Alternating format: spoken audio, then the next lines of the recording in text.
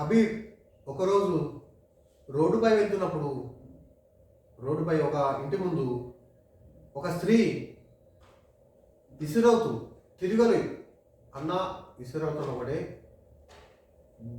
ధాన్యం వేసి విసురుచున్నది. అప్పుడు కబీర్ దానిని చూసి ఏడ్చాడు. ఏడిస్తే అడుగు ఆ రోడ్డుపై వెళ్తున్న ఇంకో వ్యక్తి అడిగాడు కబీర్ను, ఎందుకు ఏడుస్తున్నారు మీరంటే, అప్పుడు కబీర్ చెప్పాడు, నేను కూడా ఆ ధాన్యం వలె ప్రపంచం అనే తిరిగలలో విసరబడను అని కబీర్ చెప్పాడు. ఒక రోడ్డుపై వెళ్ళే ఒక నిరంజన ఒక రోడ్డుపై వెళ్ళే వ్యక్తికి కబీర్ చెప్పాడు. అప్పుడు కబీర్ ఇంకో విషయం చెప్పాడు, మనసును అంతరాత్మను చూసుటకు మనసును అంతర్ముఖంగా నేను తిరిగలు పిడిని గట్టిగా పట్టుకోను అంతా మధ్య జరుగుతుంది కబీర్ చెప్పాడు. తిరిగలు తీసుకుట్లా దాని వేదాంత భావం కలదు.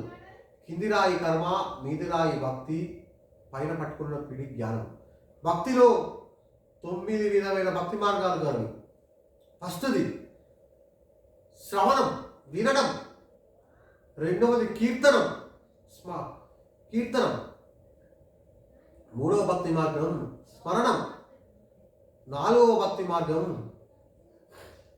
పాదసేవనం. 5వ భక్తి మార్గం అర్చనం. 6వ భక్తి మార్గం పాద నమస్కారం, పాద సంవాహనం, నమస్కారం, అంగి నమస్కారం చేయడం 6వ భక్తి మార్గం. 7వ భక్తి మార్గం దాస్యం. 9వ భక్తి మార్గం ఆత్మ. 8వ భక్తి మార్గం సౌఖ్యత్యం. 9వ భక్తి మార్గము ఆత్మ నివేదనం. అట్లా ఒక తిరిగలేక పిడిలో కింది రాయి కర్మ, మీది రాయి భక్తి, పైన పట్టుకున్న పిడి జ్ఞానం. రెండవ రాయి పైన రాయి భక్తిలో 9 విధమైన భక్తి మార్గాలు ఉన్నాయి. అలా